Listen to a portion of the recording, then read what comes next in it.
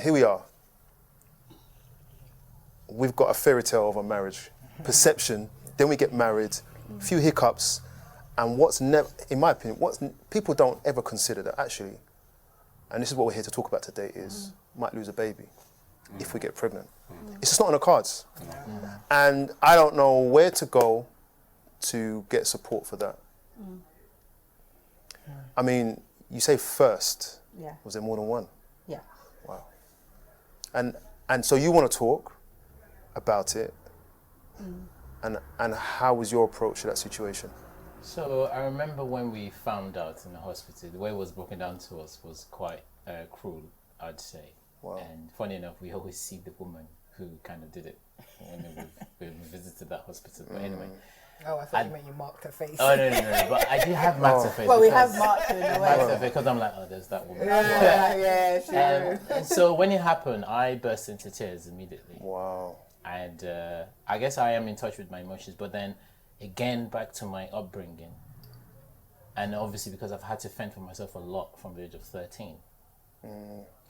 Felt like I've been an adult. So sometimes I'm tired as an adult because I feel I've been an adult since 13.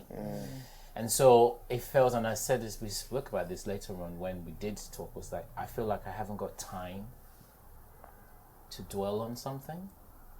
If you punch me right now, I react to it, and then my instance is, what's the next step? I don't dwell on, you punched me. So that was, if I could use that analogy, how it felt. It was a punch. I cried. It was hurtful. My focus was now on what's the next step, taking care of her, and how do we manage just everything else. So talking about it was going back. For me, talking about it was dwelling on it.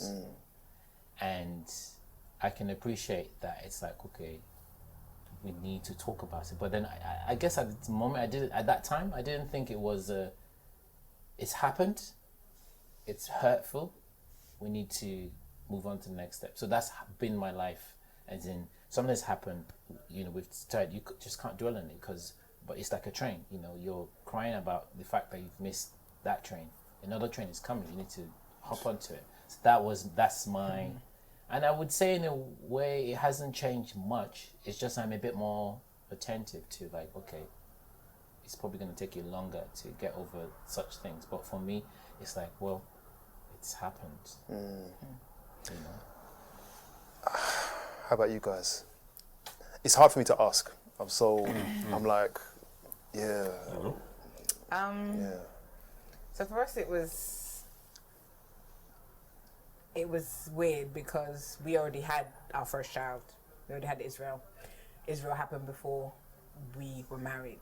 So he was unexpected in that sense, and we were outside of marriage, and there was a lot of shame and attitude, and we had to go through a lot of criticism, slander and all of that. So just for getting pregnant before marriage. That's a whole different video. Wow,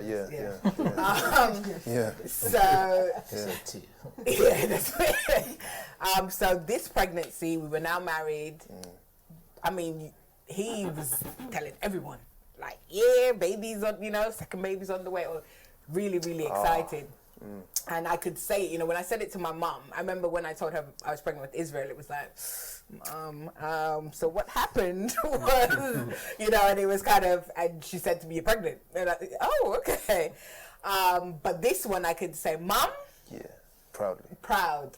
We're expecting again, and, over the moon. There was no kind of at the end of the announcement. So then when I started to kind of feel something was different, so I've been pregnant before, something felt different, and I didn't go to work the morning, and I kind of felt something's not right, but I waited out and see what happens. But the day just got worse and worse and worse, and to the point I couldn't pick up Israel from nursery, and I had to ask his niece on the same day. On the same day, out. Yeah. So I didn't. In my head, I knew something was wrong, but I didn't know.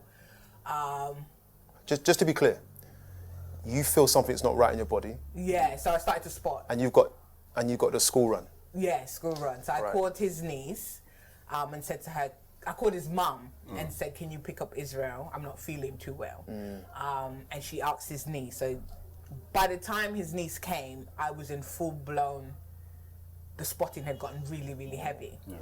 And I'm trying not to panic her. I'm trying not to panic Israel. I'm trying to keep them out of the bathroom. But Israel wants to see me. And it was just a bit much. And that was a Friday. Yeah. The next day we had youth service at church. So I went to church as usual, knowing something wasn't 100% because the bleeding had continued. Now, bleeding in pregnancy, I know some people still have their periods, but it's not a norm. And actually before that, I went for the scan and they said to me,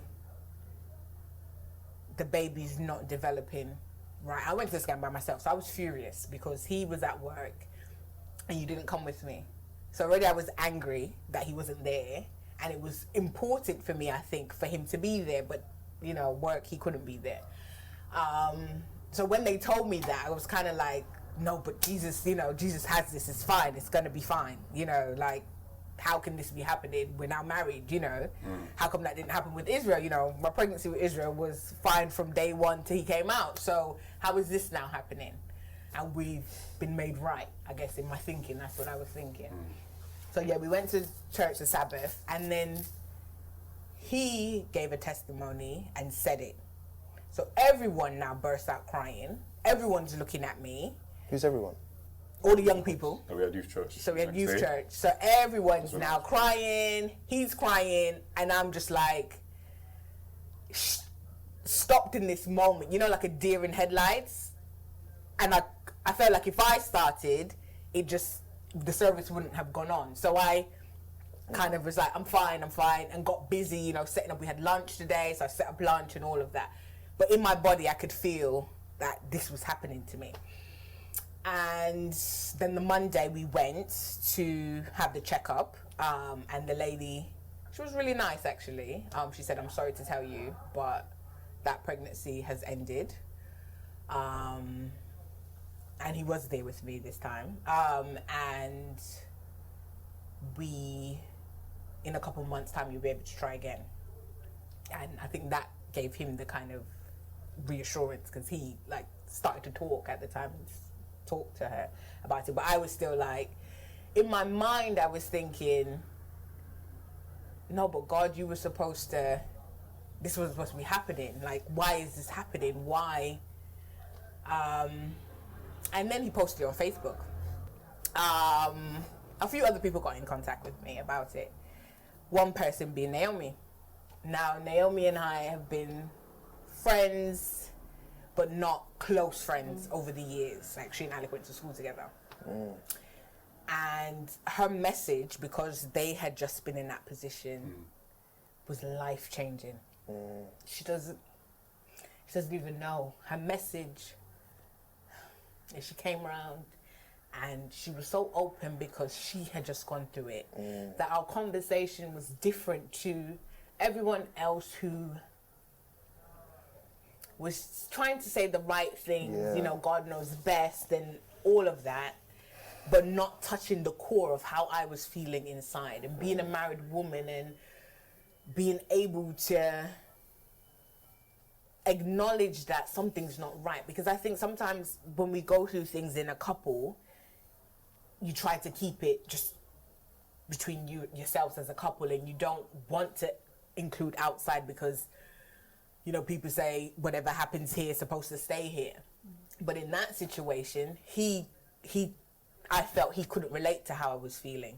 And as, maybe he felt like Tunji he didn't want to talk about it. Alec doesn't talk anyway. And so he didn't want to talk about it. He was dealing with it in his own way, but wasn't communicating that to me. So I'm crying, angry, but then I kind of felt a bit guilty because we have Israel. Why am I crying about this? We have a child. People don't have children. They hadn't had a child yet. Get over it and deal with what you got. Why am I not thankful for this child that I have? Why am I crying over something that I don't know? And so being able to talk to her about and not feeling I'm telling our business in that respect and how we're dealing with it as a couple was so helpful. Alec, you know. Yeah, I mean, yeah, that's You, definitely. sorry, you weren't showing her.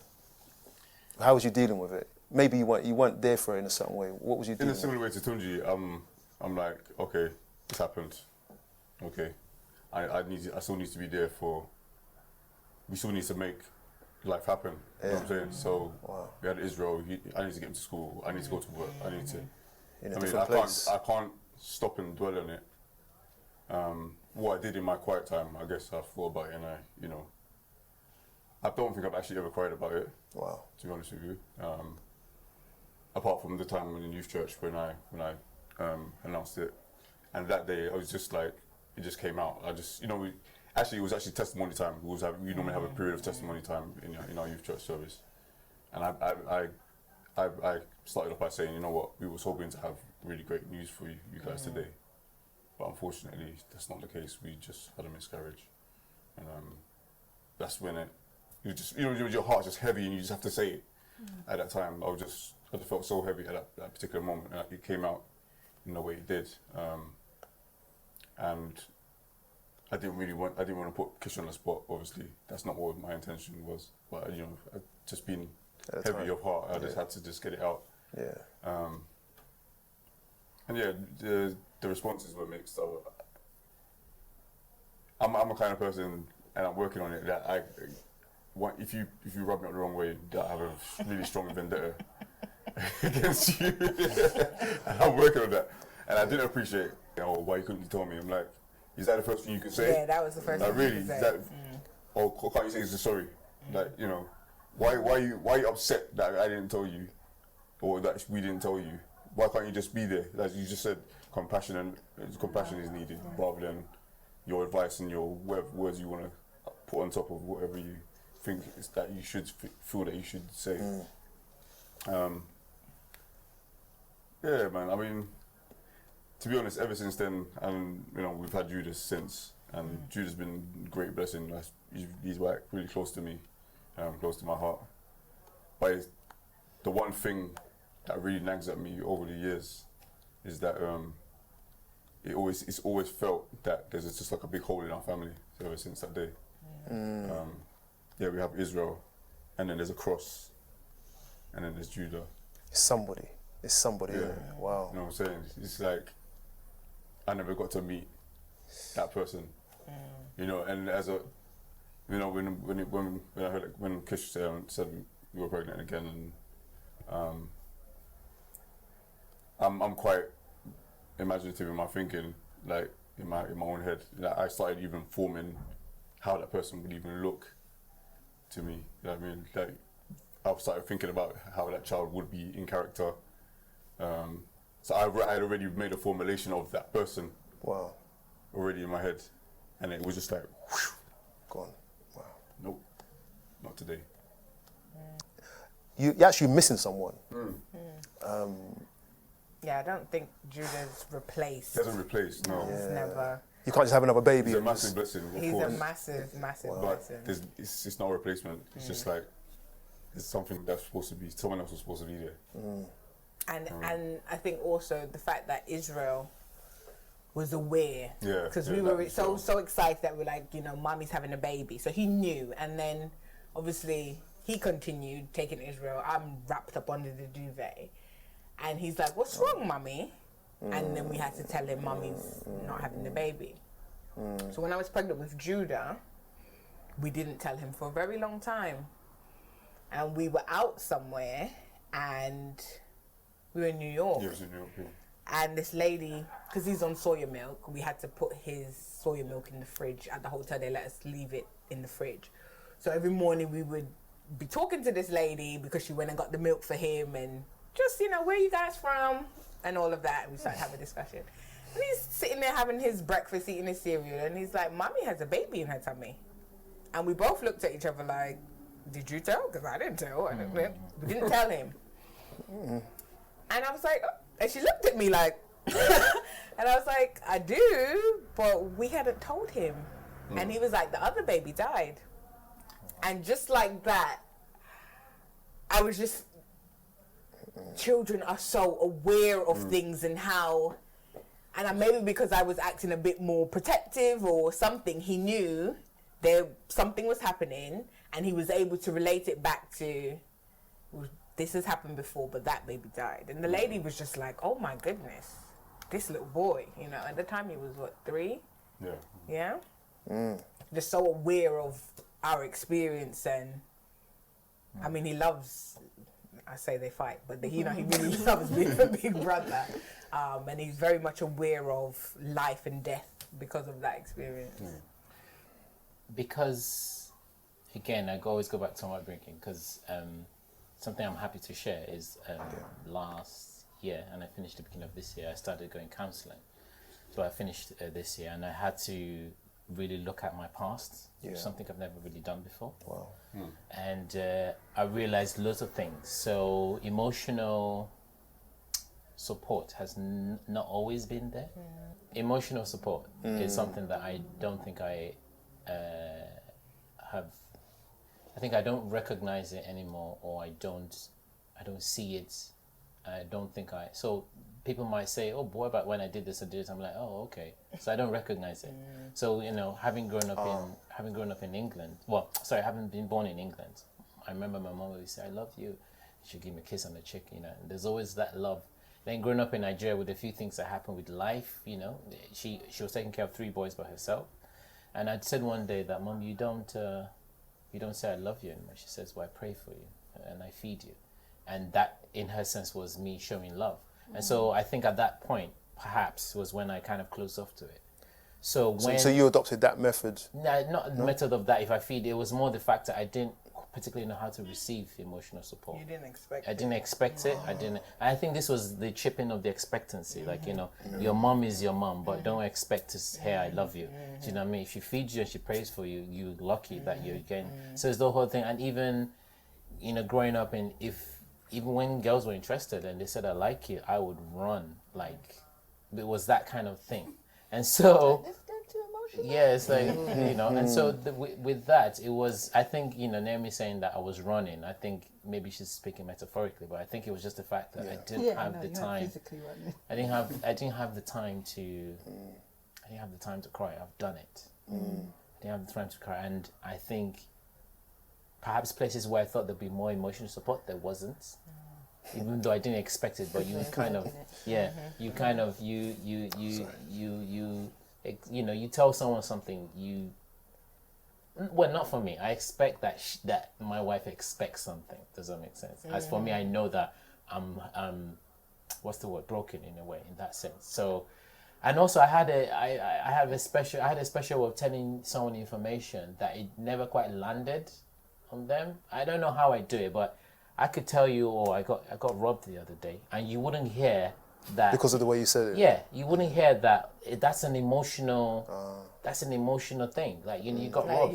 Yeah. I'll be like, you're like, oh, okay, oh, but that's weird. That's the reaction people would have. So I don't think I'm not entirely sure if I shared it with anyone when it happened. What? When the miscarriage happened, I can't remember sharing with anyone. So it's interesting. It with me. I did. Yeah. Okay, I don't remember that. But you didn't say it. Oh, okay, all right.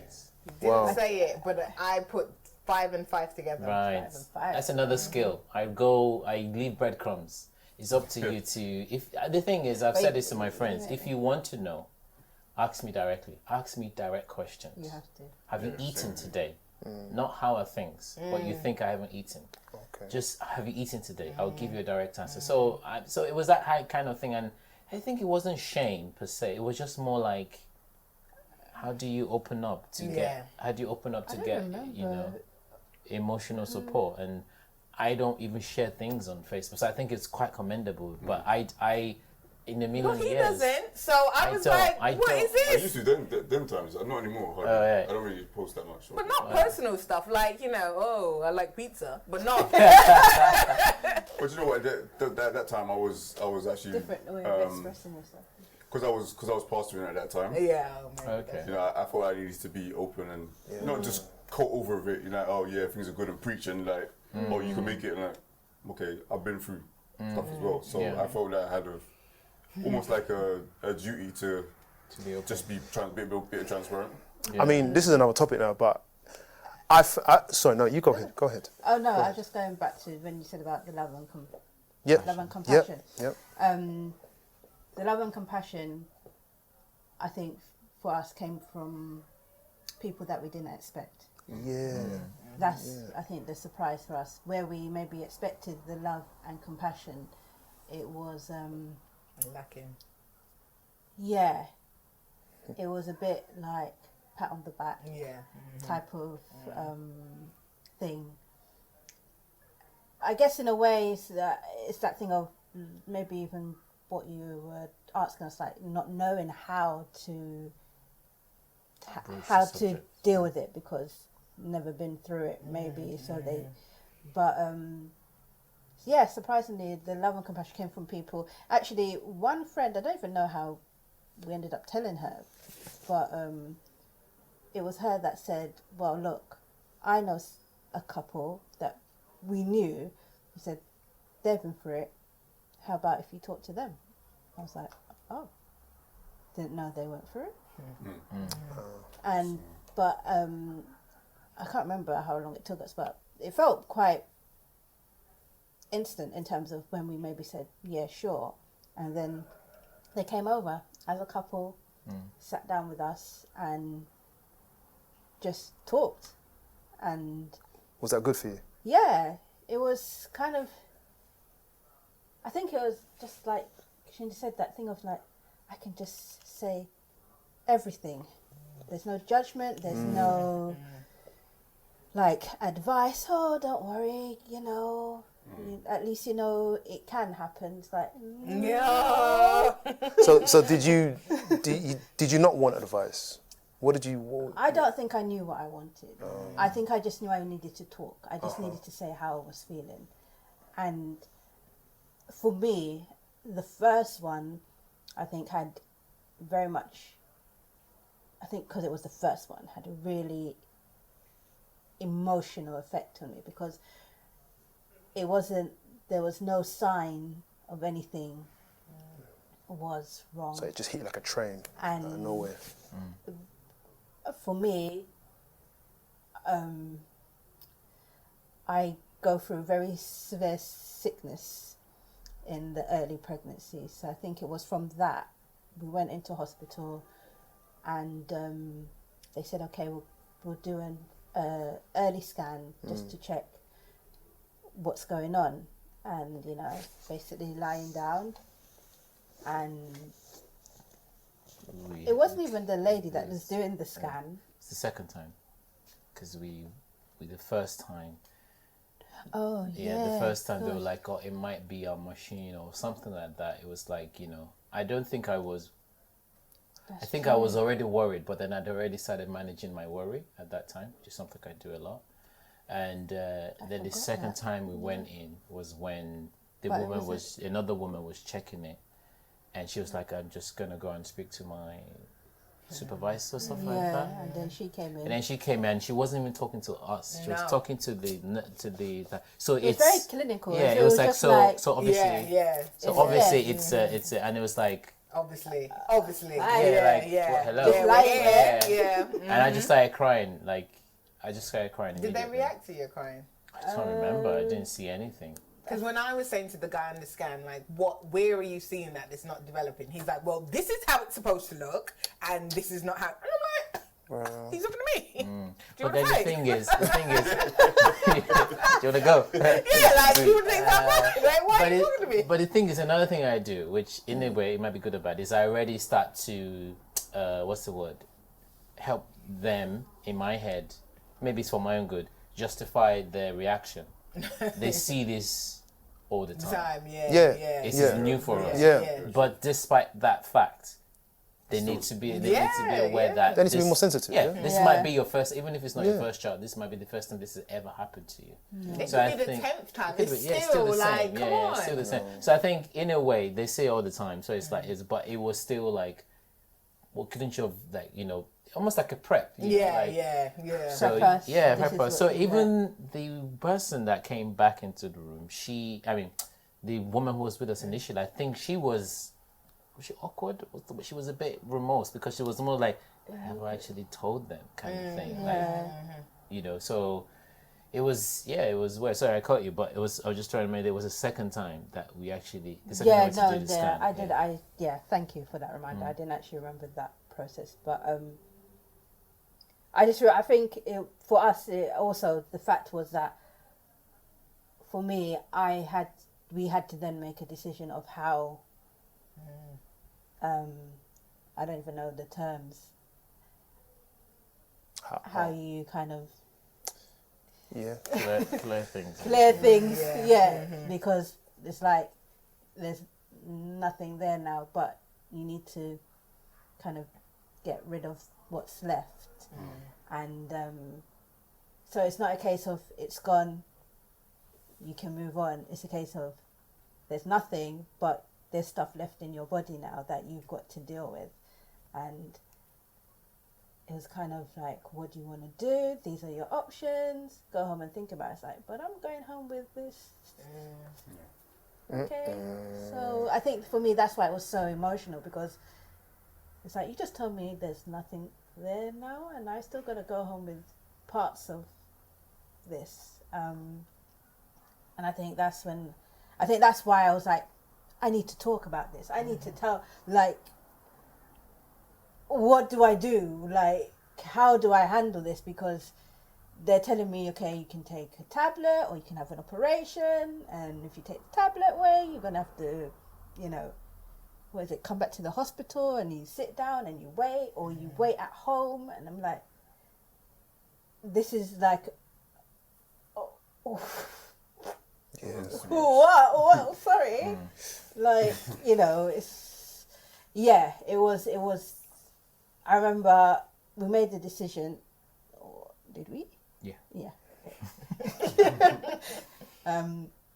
To go down the operation way, and We went in on the Monday.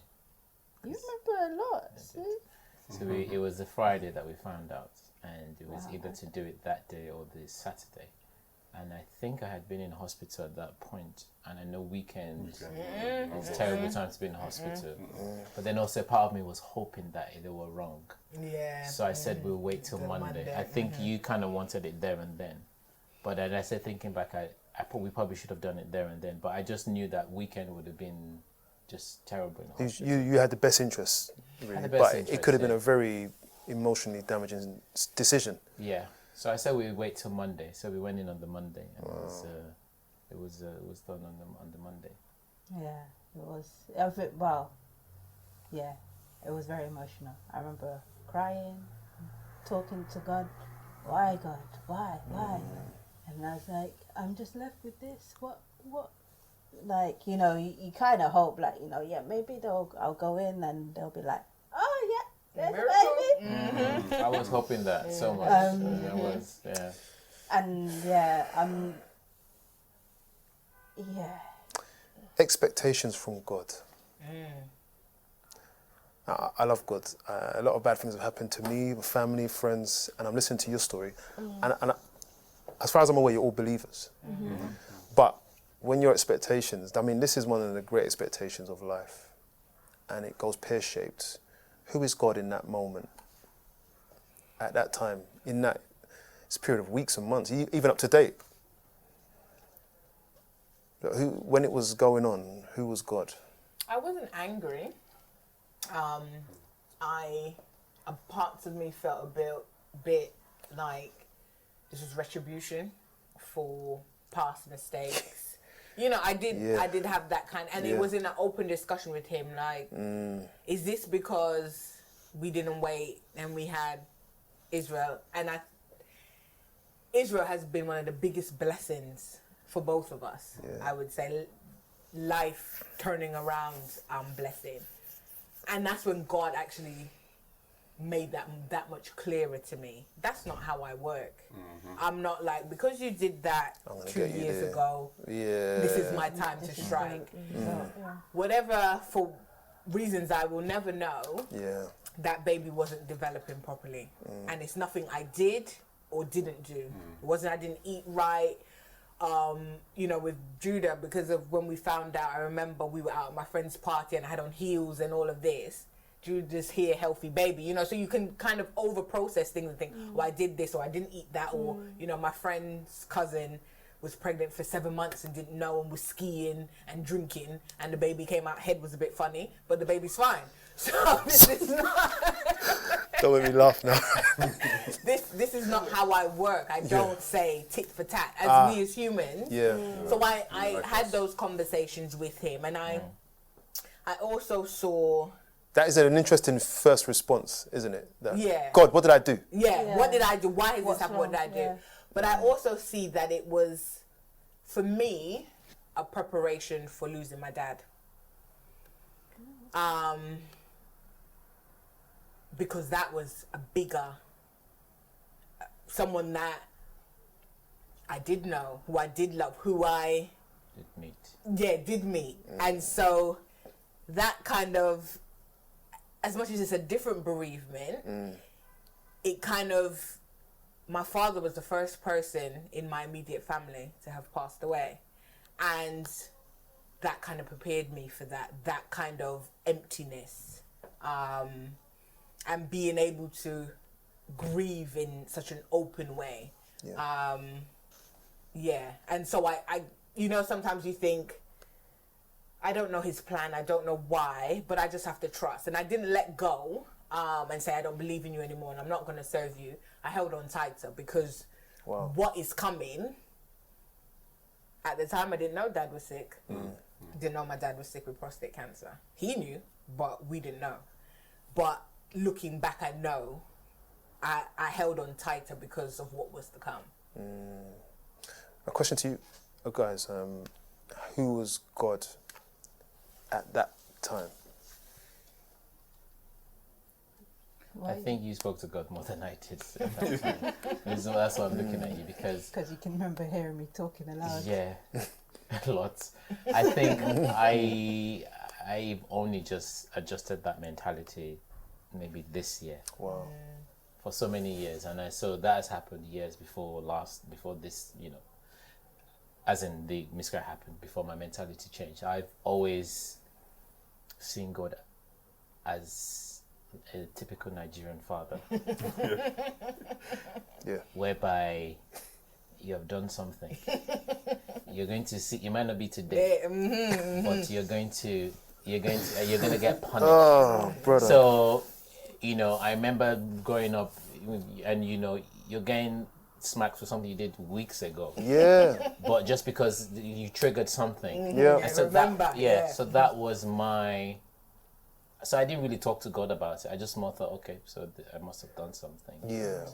I'm paying now. I'm not sure if I said I'm sorry. I just said, okay, well, this is payback, and you know, with the things I've probably done in the past or I'm doing now or stuff like that. I guess that was my whole thing, and I didn't. Again, it's this whole thing about me changing my mentality. I didn't expect anything from God. I just thought like, well, I've laid the law down. It's happened and it's happened. And that's been my way of coping. Like, this has happened. You've lost, you failed an exam. That's how it's meant to be. You failed the exam. So, I mean, when you were talking, I was thinking of like, you know, when you go through things and, you know, they say what doesn't kill you makes you stronger. And it's like you're carrying, I feel like in a way, I carry this strength that I'm unaware of, because I don't sit back and go, oh, so as you sat back and you've analyzed and said, oh, that has prepared me for this. I probably don't do it. Something else will happen. I'll probably handle it better, but I never go back and go, oh, that This is why prepared me. Yeah. So I've got all this strength I feel I have, but I don't assess it. So I didn't look at it. And there are probably things that have happened that prepared us for, or in a way, it's allowed us to be even here now, be a testimony to someone who might be watching this, or other people. Like, it was a help for you. And I remember you telling me that you're going to see Kashina, and it's like, okay, you know, I thought you're the best candidate to speak to her.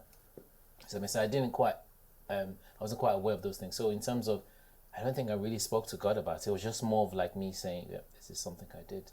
This is something, and then I think I did say, please don't let my sins affect her, or affect our child, or in the future.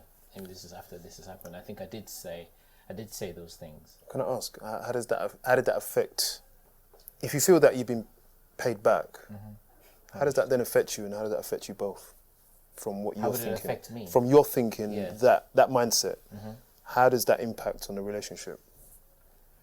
I'm not entirely sure. Because, well, actually, your mindset's changing now. Mindset is changing now. It's more like God doesn't work like that. You know, and all the things you've digested in the past about God is punishing you, it doesn't work like that. You don't believe that anymore. I'm slowly not believing it. I'm not saying I'm there yet because there's a few things I'm like, you know, and I think, and it's that thing whereby when your parents punished you, it was out of love, whether it was done cruelly or uncruelly. It was out of. So in my way, I was like, okay, so I'm being punished for this, so I kind of know that you love me because at least you're punishing me, you know. Yeah. And it's like, okay, so it wasn't like I don't think it affected. The situation affected us because I was less of a talker in that time, and she wanted to. We finally did talk about it. I remember we put the blow bed in the living room, and we had the paper, and we talked about life and everything. Yeah, elephant memory. I have. So I remember things a lot. Yeah. Major things. Yeah. So I think I'm not entirely sure it. I'm not entirely sure that it affected us per se. I think it was more me. It was more me, and I think again, with me saying and learning about marriage as well, I'm still learning that it's about us more than me. I still see, and me not expecting is just me saying, well, this is you. You have to survive. So if my wife says she's not going to do something for me, I'm not 100% hurt. Yeah. I'm 40% hurt because maybe it's gonna hinder something else. But the whole 60% of me is like I'm able to function by myself.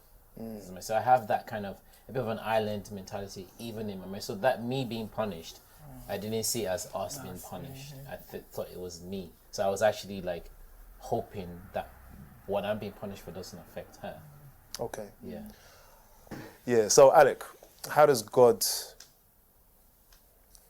work? You know, some of us, I think a lot of Christians actually, because that's how I grew up. And I actually threw this question out to a Christian forum on Facebook. It's a big one. And I said to them, I don't think God punishes us. I don't think that. But that's me. When I say that, I'm actually undoing the knots of past indoctrination. Yeah. As soon as something bad happens, I remember I had a car crash and I was cussing God on the way home, man. My car was totaled and it was my fault. And that was me on my way to Bible study, trying to teach Bible study, right? And I was cussing God. I was like, God, look, why don't you just tell me what it was? I would have repented. You know, I would have said sorry. I did that a lot. Right? I did that a lot. And this is mental health we're talking about here. Do you know what I mean? And I'm saying, hold on a minute. If I do the math, I'd be dead. Yeah. Right? Alec, Pastor Alec, right? How does this really work? Man, that's the age question. That's the age-old question. I mean,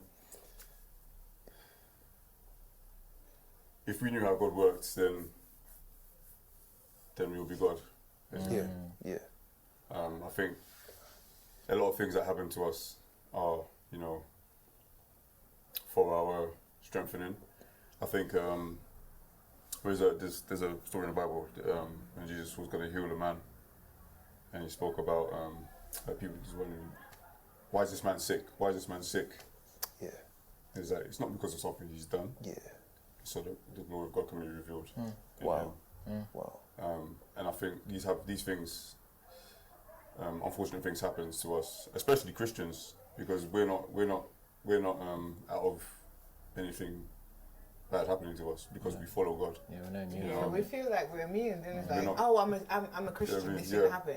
We're I'm protected. Christ said, if I went through suffering, so you're gonna suffer. Yeah. Yeah. So, Yeah. I think a part of our expectation of life should be to suffer, and should be to go through stuff. And I think this has happened, and I think today is probably one of the answers to why our miscarriage happened. Is so someone can be blessed, and someone can be encouraged, and someone can, you know what? Actually, we're gonna try again. Actually, we're gonna, we're gonna hold on to God even a bit harder, and a bit tighter. I think also that it's there's a thing about I'm learning slowly about myself and the gift that God has given me. Sometimes it's just about giving people the audacity to express themselves. People hearing that people have gone through this, watching or whatever, feel like, oh, I have the right to feel how I feel. Yeah. I have the right, I can tell someone how I feel, or I can express how I feel. And I think in most things in life, maybe in our society, it might just be limited to society, it might be limited to our faith in terms of Christians. It feels as if sometimes there's always like a box that you need to walk in. And anything outside that box is not allowed. It's not ungodly, because the Bible doesn't say it's ungodly. It's just us Christians, we've created this, and it's like you can't. So I think sometimes us being on things happening to us, it gives other people the audacity to express, the audacity to feel, the audacity to say, I've been through this, or I've gone through this, and I can cry, I can, and even for those who don't talk, it'd be like, maybe I need to talk, because that would help the person I'm going through with it, So I think it's another thing about, it's just, we forget how even sometimes, again, the whole thing about compassion and love and not advice, when things happen to my friends, I just go there and sit down with them. I don't say anything, just because it gives them the audacity to cry if they want to cry, to talk if they want to talk, And I think that's a big thing. Even being a Christian might be slightly off topic, but even being a Christian and going into the world you don't have to go and you should be a Christian. You're held. I think it's just you being gives other people the audacity to go and read the Bible or say a prayer or maybe not swear around you. Does that make sense? It's just those kind of little things that we take for granted, and we see this big picture, or we want to see this big picture about us, or believing in God and having Christ. But that little thing that might just affect someone, that little thing of like, I'm allowed to do this. I still, as you said, I'm still unknotting loads of things about what it means to be a Christian, what it means to be a believer. And trying to get away from what you've learned over the years is not it's not easy. So Let me did you want to say? It's such a common thing. Like, I didn't know any statistics beforehand, but I remember the nurse said to me, 1 in 4 pregnancies. Sometimes women have 1 in 4 pregnancies result in a miscarriage. Sometimes women have a heavy period, don't even know they've been pregnant. It's because it's a miscarriage. So it's such a common thing, and yet it's taboo to talk about, and it's taboo to kind of feel upset about. And even more so, it's kind of like, I felt it was like, okay, it's happened, shh. And I think that's why my post came out, because it's been years of kind of, haven't really spoken about it publicly. People knew it happened. We've gone on to have another child. You're fine. And it's still something that kind of taps me on the shoulder. And I still do, and Alex, the only person that sees me, still get emotional and upset about it. Because you don't, just like I cry for my dad, I want to be able to, like, this happened to me and it really hurt. It really, as much as it strengthened me, it hurt. At the time it hurt, it still hurts now.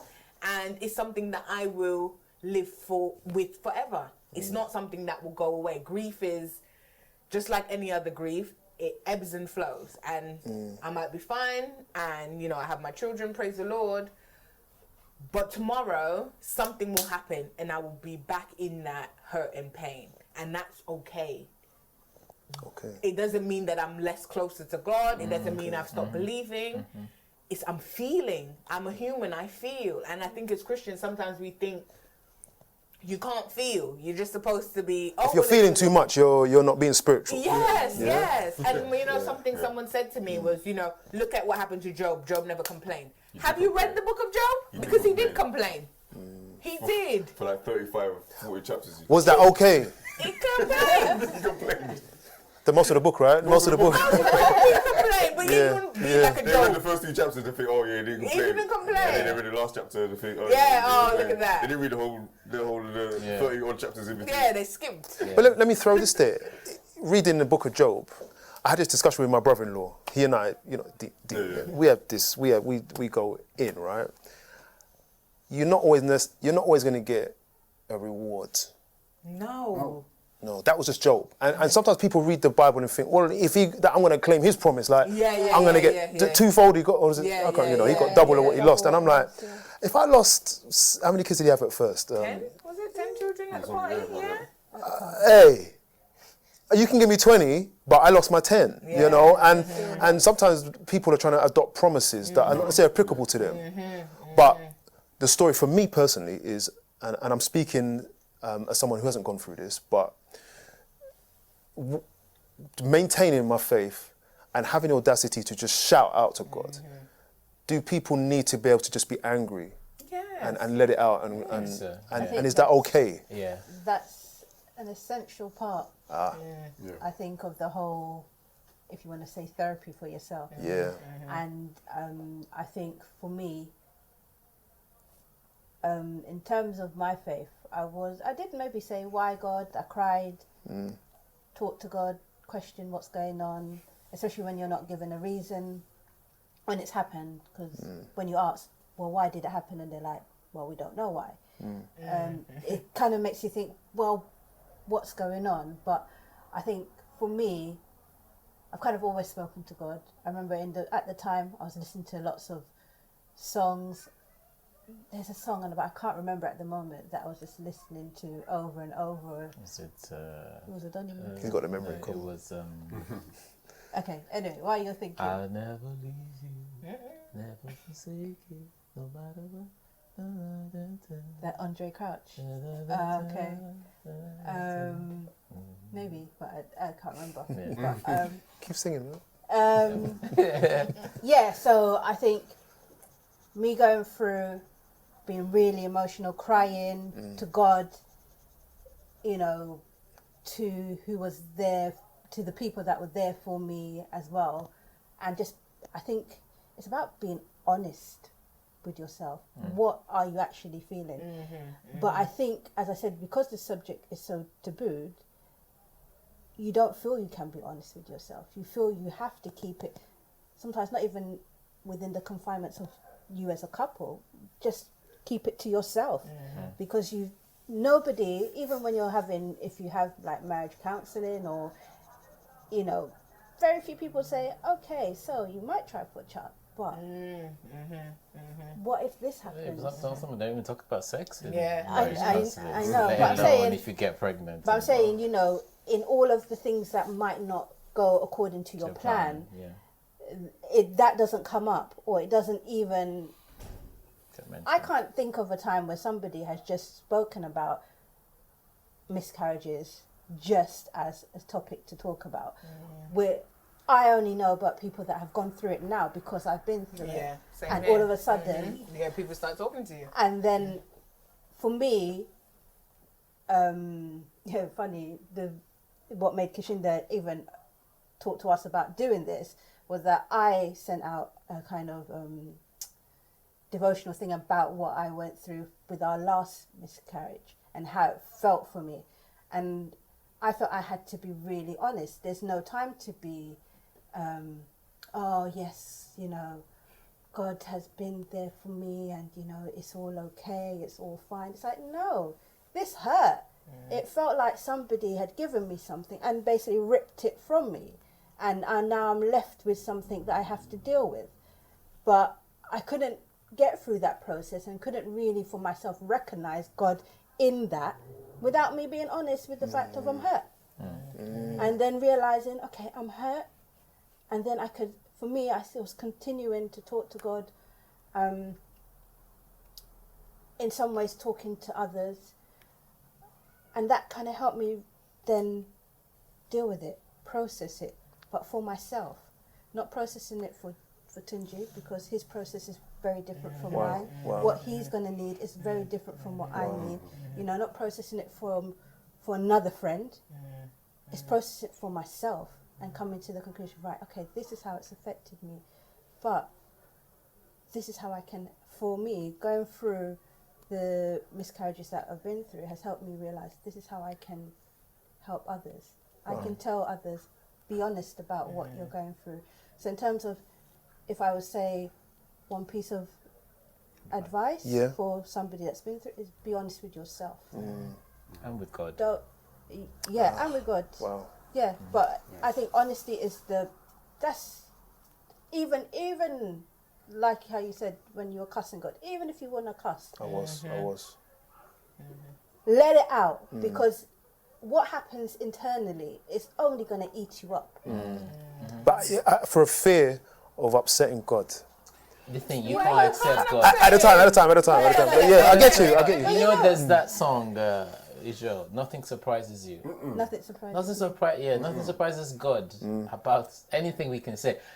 I have this conversation with God sometimes. I'm like, so what is it you want me to do? Yeah. And in my heart, maybe I've sworn. And I said, okay, Lord, I'm sorry, but that's how I feel.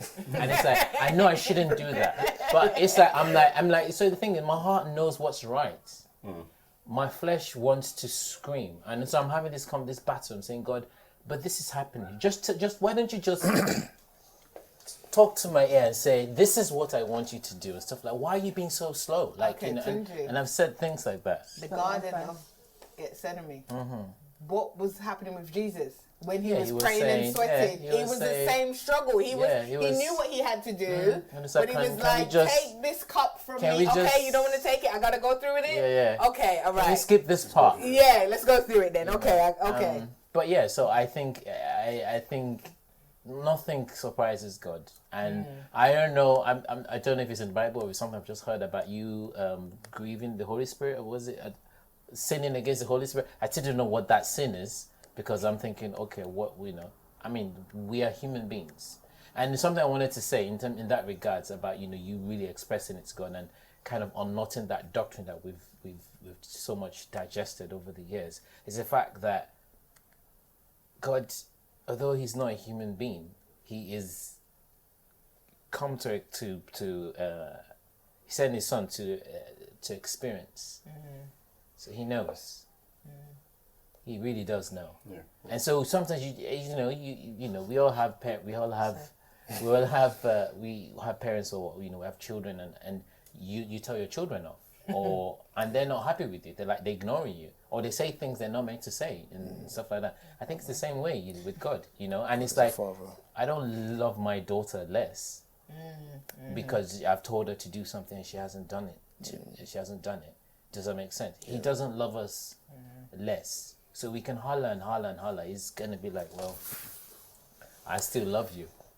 Does that make sense? And I think we've been told or been preached over the years that God would like strike you down, give you a slap. You can't talk to God like that.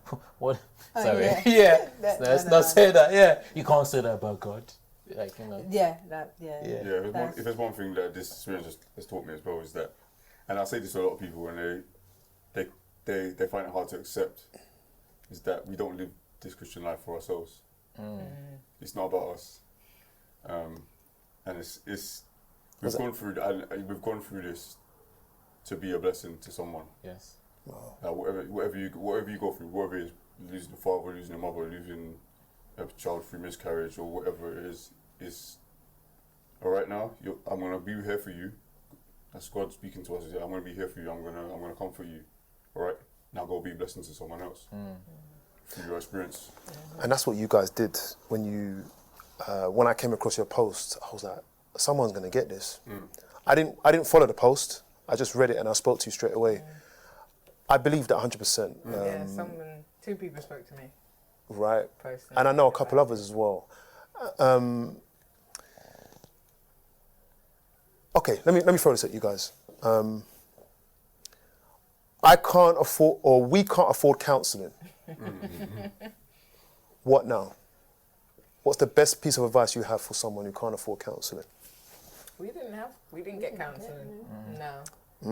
I think there is The something. counselling was Yeah, that's what I was gonna say. It's I think there's amongst us CBT, and- which is cognitive Behavioral. therapy. Yeah. I think you can self CBT, but also self CBT, and self CBT Between you. self CBT. I think if you can afford counselling, then I think it's about finding people you can talk to, Yeah. which we did. And then you were able to be that focus. You know, we did with each other. I'm sure Yeah. you guys at some point had a conversation. I think that's. I am slowly learning that talking about things, there is something healthy about it. It is, Doesn't mean I'm gonna do Talking. it tomorrow. Talking, yeah. Doesn't mean I'm gonna like automatically talk it to you. You have to kind of draw it out of me. Yeah. But I think Like eventually, blood from a stone. yeah, you're lucky if you get that. But yeah, but I think it is. There is health in if you if you account for customer in talking. It starts from you and God, then there, and then keep opening up. I would say trust. I think is another thing, and Trust where?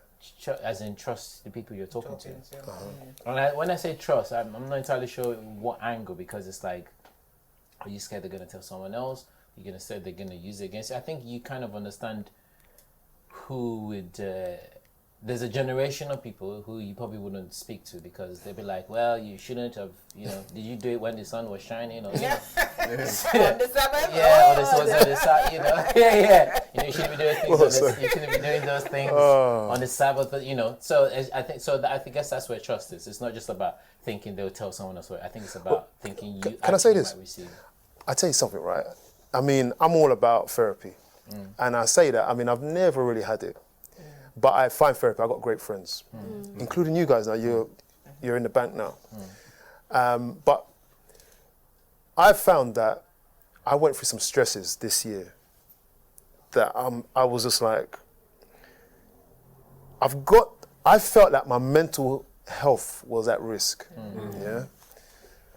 And I said to myself, you know what, something came to me. When I say something came to me, what I mean is, I came to the conclusion that my mental salvation was found in just letting it out, but not caring what people think. Yeah, Yeah. that's what I'm saying. Because when you're we're going to be doing this video, and I don't want people to say I don't care. I don't care what anyone says about me. When I tell you lot something, or when I say it in front of the camera, I don't care what people think. You know what? I just save myself. I've let it out. Yeah. Do you know what I mean? For your sanity. My sanity, listen, not caring what people think is a beautiful place for me. And I'm just throwing it out there to encourage. Yeah. What people think is none of your business. It's none of your business as well. Because, deep. unless they come to you, they want to make it your business, you think it, that's your problem, I mean, again, obviously, I know, you have to watch what you do so you don't make your Of course. sin and whatnot. Of But I course. think there's just some instances where, as you say, you just have to let it out. Put it out there at the expense of upsetting family, Yeah. and friends, Said, Yeah. I think for me, when I wrote that post, it felt like after that there was such a relief. Like Yeah. I finally said it. I finally Got it out. Whereas we had a conversation and you were able to give me that therapy. I hadn't up until that point been able to talk to anyone else about it. People knew, but no one approached me and said, oh, I know you've been through this. So I kind of felt like I was sitting on my hands and not helping anyone and just posting it. And then not just you reaching out to me, but then the other two women that reached out to me, I was like, okay, this is why, as you said, you just have to get it out there. It doesn't matter what people think. And I kind of thought people might be thinking, well, how many years ago was that? Why is it just coming up now? Like my friend message was like, have you had another one? Like, what is this the same? Like, kind of thing. And I was like, no, I just needed to get it out. Yeah. And Lord, I pray that it lands who it needs to land on. And I can just now, because it was here. Yeah. It was here. Not in, and just not. And that's the thing, sometimes, as you said, it's just about letting it out. Because when I did that piece, I did get feedback from people, and there were people like, oh yeah, I've been through it as well. And people come and say, oh, I'm sorry to hear. And I was like, well, it's not, I was appreciative of that, but I was like, well, it's not about the being sorry, it's just about me saying, look, I've been through it, and it's okay, share, open up, let people, express how you're feeling. yeah, that's Okay, last question. All right, I wondered where he was. I was like, where is he going? Last question. In a sentence, what's the best thing someone else can do if they find out that someone's had a miscarriage? What piece of advice would you give me? How can I help you the best? Yeah. a lady from his church. Kind of like, can't remember how she ended up was coming to visit us, but she was coming over and she was like, "What do you want? Do you need anything?" And we were just like, just a box of juice and I think it said fruit or something. And she came over and she like came with like bags of shops. We just asked for a box of or juice. Yeah. And I just remember her coming, and I remember I was in bed and she was just there. It wasn't.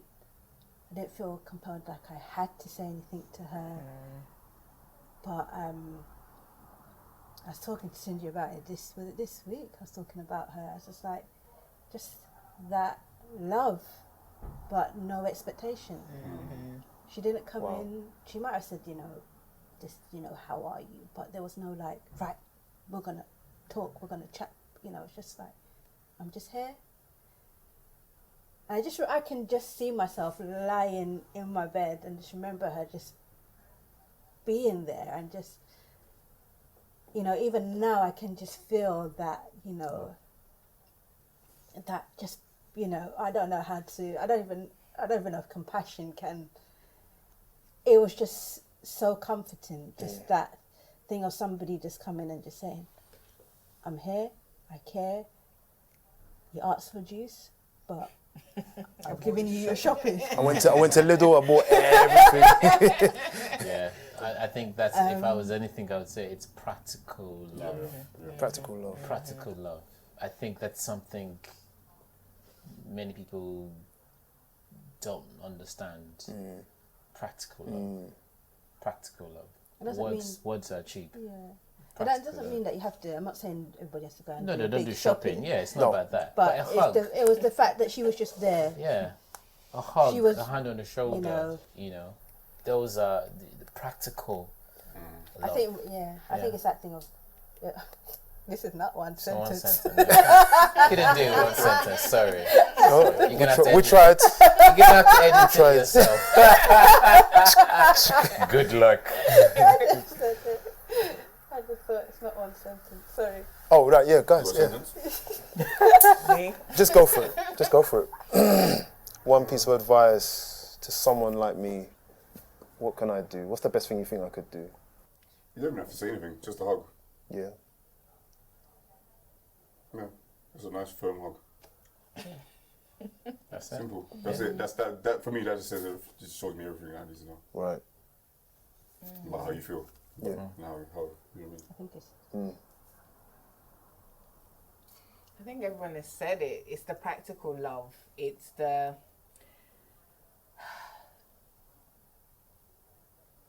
don't ask questions that you don't have the answer to, and I don't have the answer to. I don't know why. I don't know if I'm going to be okay. That kind of don't put yourself into the situation and think, how would I feel? Questions aren't going to help in this situation. Sometimes people might not even be willing to pray in that moment when you see them. Let's not use prayer as a band-aid for everything. Wow. Let their heart be ready to receive. Because, sometimes people say, let's pray. And, you're standing there like, I don't want to pray right now. Don't even touch me now. Yeah. So then it's not going up. It's not, there's nothing. So don't come with those kind of... Don't over spiritualize it. Yes. Man, yes. there's a time for spirituality. Or spiritualize. Don't over and don't spiritualize it. Whatever, just be practical. Just be. And also, one of the things that I appreciated, Naomi was coming from a place where she had experienced it, but she didn't put her feelings onto me. She didn't say, Kashina, this is the way you're supposed to feel because this is the way I felt.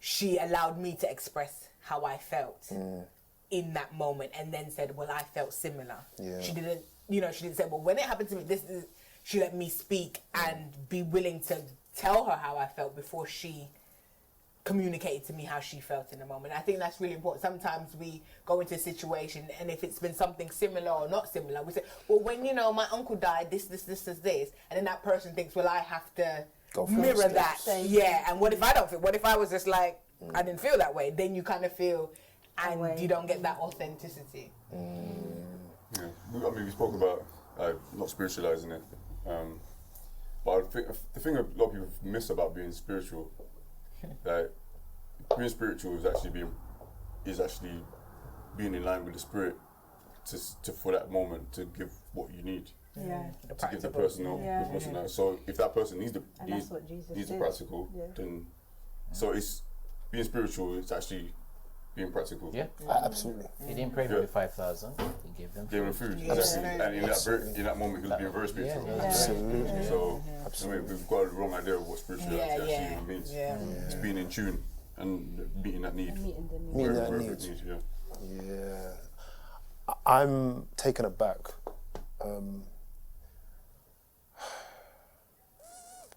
I think, sorry, can No, I just go. one thing that, Yeah. you said about single women. Yeah.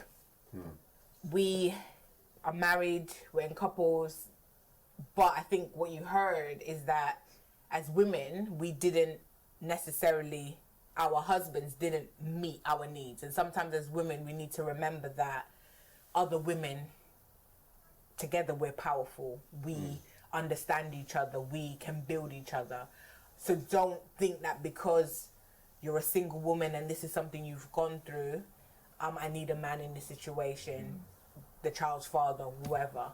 You have your friends, your family, other women who can touch you and talk to you in places where we can't. a man can't. It's true. I think being able to say to Naomi about the physicality of just feeling the loss in my body, she understood what I was talking about, because as a woman, she could, she could feel that. He couldn't understand how it felt when I said to him, it's gone, because I could feel it leave. I could feel that the energy was different. When you're pregnant as a woman, your body temperature is a bit higher. I felt that lower. I felt all of those feelings were gone. So speak to other women, trust other women to pray for you and to build you up. And the men? Single men or men Or in just the the men? situation? Just the men, I guess. Yeah. Yeah, Advice to I'ma hand that Just over. talk. Yeah, talk, please. You know what? Honestly, talk to someone, even if it's to yourself. Yeah. Why? That's what I'd say. Talk to someone. I say that I'm trying to take on my own advice. Yeah.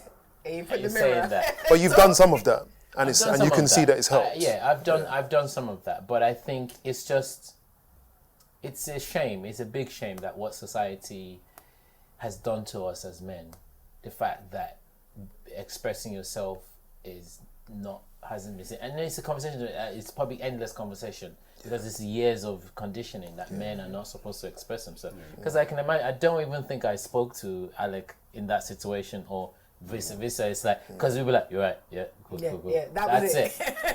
That is it. what we do, man. That's what we do. But sometimes, just as Alex said, we could have just given each other a hug, knowing what each other had been through, and I think that would have spoken for. Because In fact, that's a conversation in itself, isn't it? Because men, we are more. I think it's a practical thing.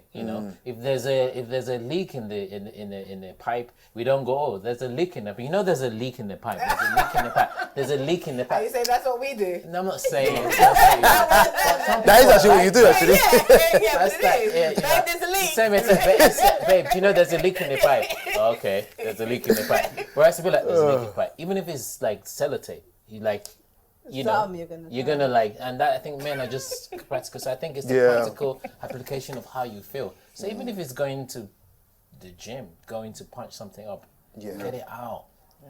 And I think talking does help. But if you're not a talker, Find another. find a medium, because then it will come out differently. I know that there's things that have happened in the past that come out around. I was watching a video of a father singing to his son, and I started crying. Wow. And Naomi was like, "What's up?" I was like, "I miss my dad," but this is like what? This is like 9 years ago that he died. And so there's things that come out in different, and so it could have manifested itself in a very much. Someone might cut me up. I might come out the car and start breaking the glass. If you don't find the best medium, it comes out in ways that could be detrimental. Yeah. Wow. Guys, look, I mean, I don't know how much film we got left, man. As I say, Yeah, okay. okay. So it's we just one weren't filming camera. anything. We're talkers, sorry. Or I'm a talker. Yeah, so. When the camera's on, this is when you turn up, right? But no, honestly, man, I mean, I'm just blown away. I mean, love to see you guys start something up. But here, yeah, look, I know somebody must have had that conversation already. But this is this could be the beginning of something quite interesting. But I thank you for your honesty. I've never seen anything like this, so this is a first for me, and I'm going to share it, and this is major ministry, so I'm lost for words. That's really what I'm trying to say. But I think more can be done by you guys, or maybe by us, who knows. But I appreciate your time so much. And I know you'll have to run home to go and get your kids now. It's crazy. Yeah, what's the time, by the way? Yeah, so the time is 2:40. Okay. Oh, Our babysitter okay, yeah, we're has still plans.